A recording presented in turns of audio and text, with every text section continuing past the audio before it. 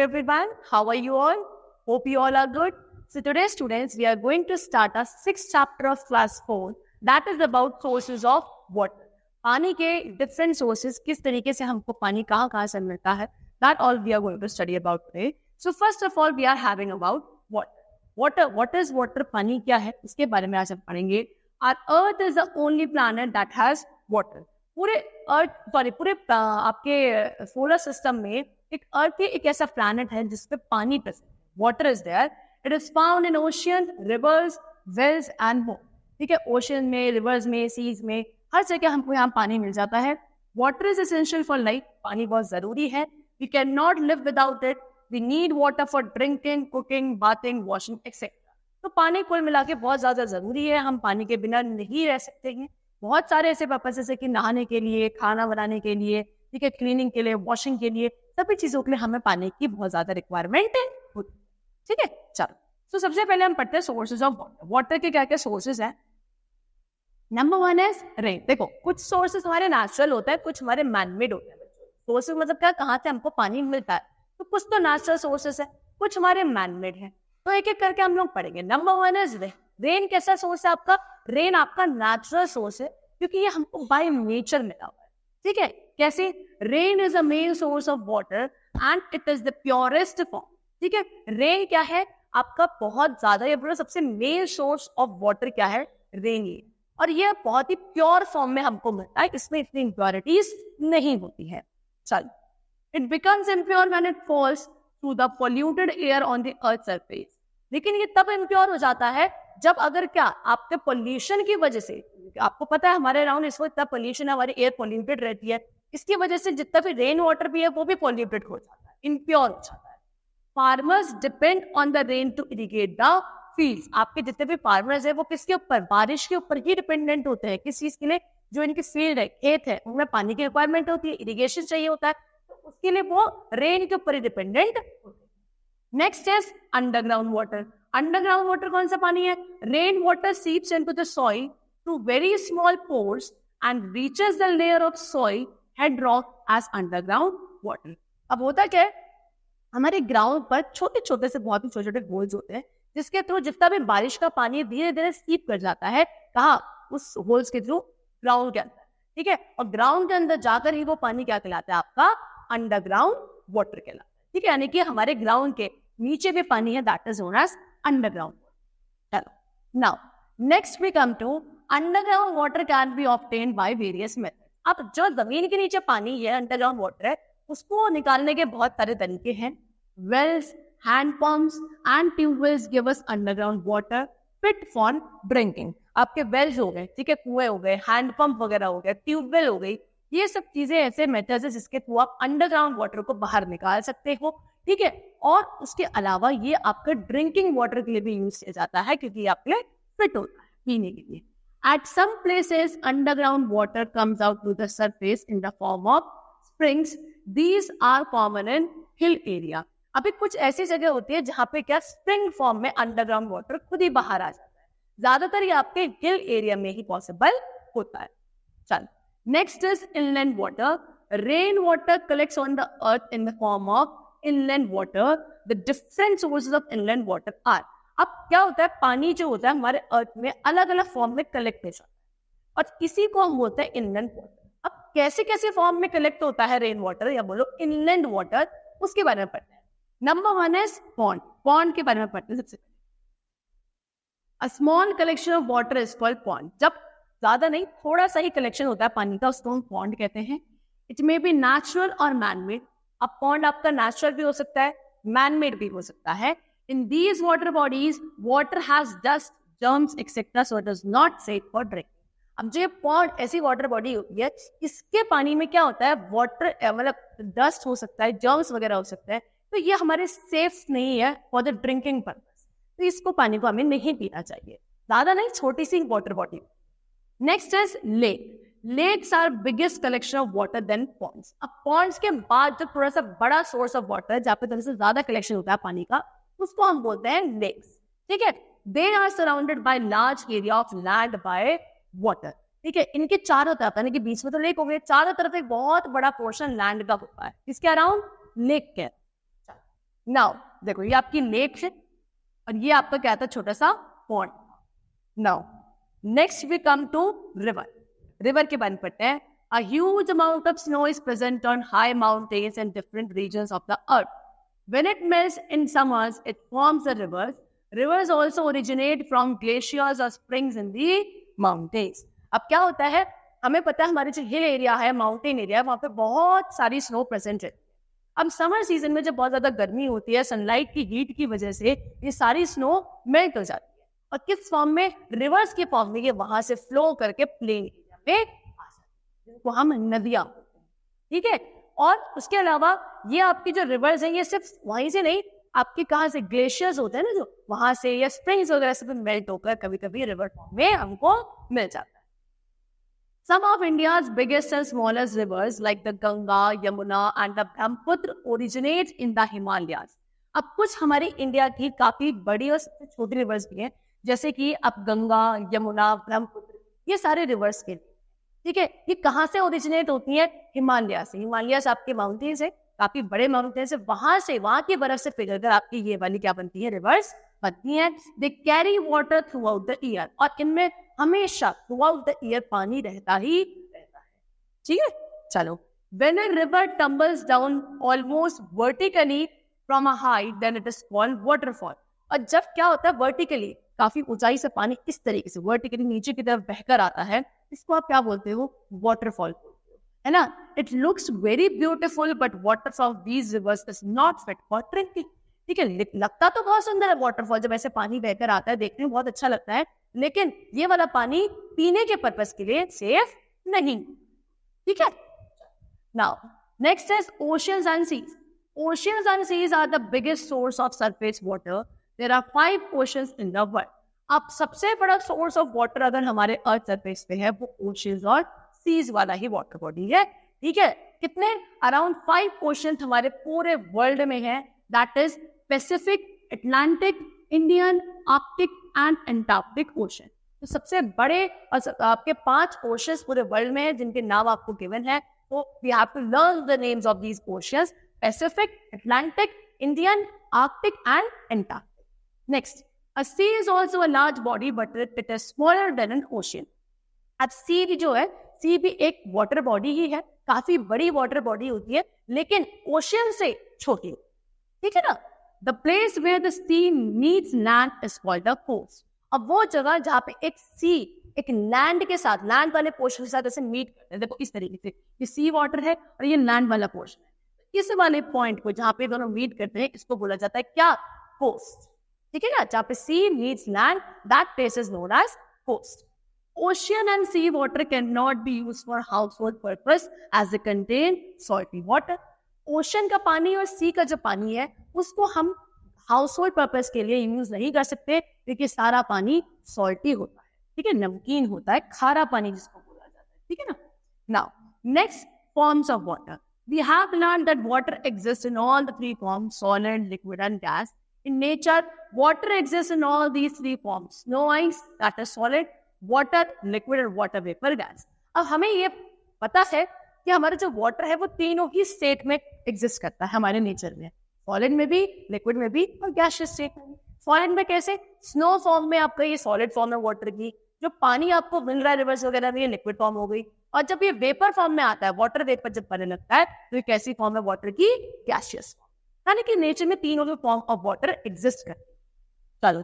Now next is, how is salt extracted from sea water. अब हमें ये पढ़ना में पता है सी वाटर और ओशन वाटर में नमक होता है. इसको कैसे बाहर एक्सट्रैक्ट किया जाता है, निकाला जाता है सी वाटर से, वो हमें पढ़ना है. Do this activity to find out how salt is made from sea water. कैसे? Add 4 tablespoons of salt in a. अब एक एक्टिविटी ये लोग हमको बता रहे हैं कि कैसे हम इस एक्टिविटी के थ्रू क्या कर सकते हैं. मतलब ऐसे ही किया जाता है. आपको सिर्फ एक्टिविटी बताइए कि how salt is separated from sea water. क्या करना है? Add 4 tablespoons of salt in a glass of water. एक ग्लास पानी लेना है, उसमें 4 चम्मच 4 टेबल भर के क्या डालनी है हमको? नमक की, सॉल्ट की डालनी है. Stir well until the salt dissolves. अब अच्छे से उसको स्टिर करना जब तक पूरा नमक जो अच्छे से डिसॉल्व ना हो जाए. Now you have a glass of salt water. अब आपके पास वो पानी कैसा पानी है? Salt water.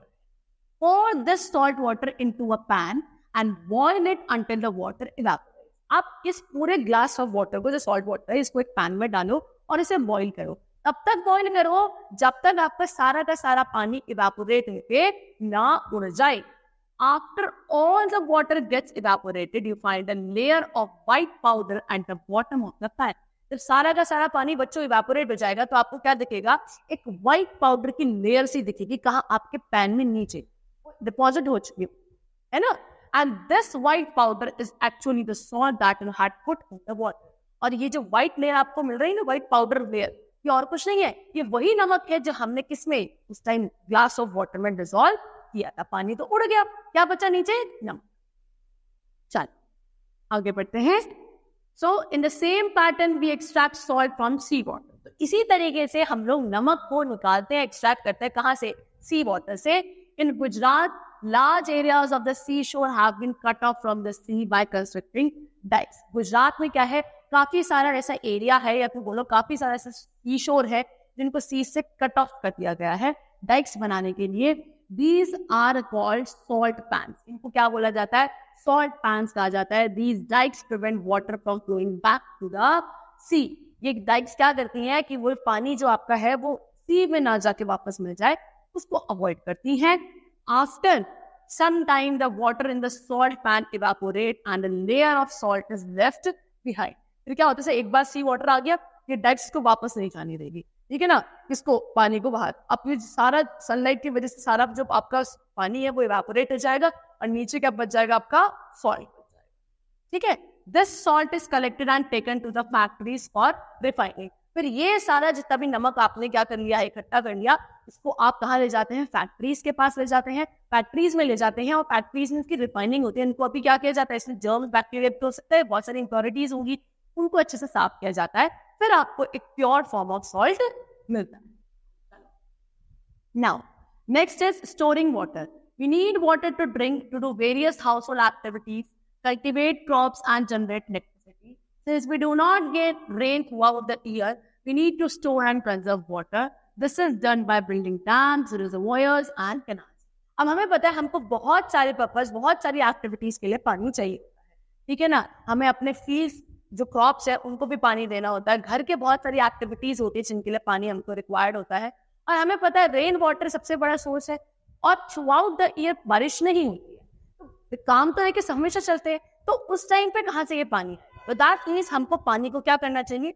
स्टोर करना चाहिए. अब ये पानी कहाँ स्टोर किया जाता है? हमारे घर में भी हमने देखा होगा, हम टेरेस पे टैंक रखते हैं पानी स्टोर करने के लिए. ऐसे ही हमारे पास बहुत सारे डैम्स हैं, रिजर्वॉयर्स हैं, कैनाल्स हैं, जहाँ पे क्या किया जाता है? पानी को स्टोर किया जाता है for the various purposes. Electricity बनाने के लिए भी पानी का यूसेज किया जाता है. वो इलेक्ट्रिसिटी भी जो पानी से बनती है वो भी इन्हीं स्टोर्ड वाटर से लिया जाता है. Dam. A dam is a wall that built across a river to block the flow of water. देख, ये है डैम, ये रिवर वाटर है, यहाँ बीच में एक बहुत बड़ी वॉल सी बना. अब ये क्या कर रही है? वॉल इस पानी को, रिवर वाटर को क्या कर रही है? ब्लॉक कर रही है कि जो पानी का यहाँ आ गया बहाव वो वापस नहीं जाता. तो इस तरीके से पानी यहाँ क्या हो चुका है? हमारा स्टोर हो चुका है. This water is stored and used to generate electricity. फिर ये सारा पानी जो डैम के थ्रू हमने क्या कर लिया? स्टोर कर लिया है, इसको हम इलेक्ट्रिसिटी बनाने के लिए यूज करते हैं. अ डैम ऑल्सो प्रिवेंट्स फ्लड. एक डैम फ्लड, फ्लड क्या होता है? बाढ़. बाढ़ को भी प्रिवेंट करता है, बाढ़ को आने से भी रोकता है. कौन? हमारे जो डैम्स. ठीक है बच्चों. चलो next we come to reservoir. See, this is the picture of a reservoir. क्या होता है? A reservoir is an artificial lake constructed behind a dam. क्या है रिजर्वॉयर? एक आर्टिफिशियल लेक है, मैनमेड लेक है, जो किसके? डैम के पीछे बनाई जाती है. ठीक है. The blocked river water is stored in the reservoir. उसके बाद जो आपने रिवर वाटर को ब्लॉक कर दिया है उसको आप कहाँ स्टोर कर देते हो? रिजर्वॉयर में स्टोर करते हो. Later the stored water is used for various activities. और बाद में इसी स्टोर्ड वाटर को अलग अलग एक्टिविटीज के लिए यूज किया जाता है. Next is canal. A canal is a channel taken out from a river और अ रिजर्वॉयर. कैनाल क्या? एक ऐसा चैनल है जो पानी से ही, ये रिजर्वॉयर से ही निकाला जाता है. It is used to irrigate the field. और कहाँ यूज किया जाता है इस पानी को? फील्ड्स को. ठीक है ना. खेत वगैरह को इरिगेट करने के लिए, पेड़, वहां पे जो क्रॉप्स वगैरह है उनको पानी देने के लिए इस कैनाल वाटर को यूज किया जाता है. Next we come to evaporation. Now what is evaporation? The change of water into water vapour on heating is called evaporation. जब पानी वाटर किस फॉर्म में चेंज जाता है, वाटर वेपर के फॉर्म में चेंज जाता है, इस प्रोसेस को इवेपोरेशन कहा जाता है। लिक्विड टू गैसियस स्टेट में आता है। What happens to wet clothes when we put them out in the air or sun? हम देखा होगा मम्मा क्या करती है, मॉर्निंग में कपड़े धोने के बाद क्या उसको ऊपर टेरेस पे जाकर धूप में सुखाया है, तो क्या होता है, क्या है उनके साथ? उनके साथ ये होता है बच्चों, they dry up after some time because the heat from the sun changes the water into water vapour.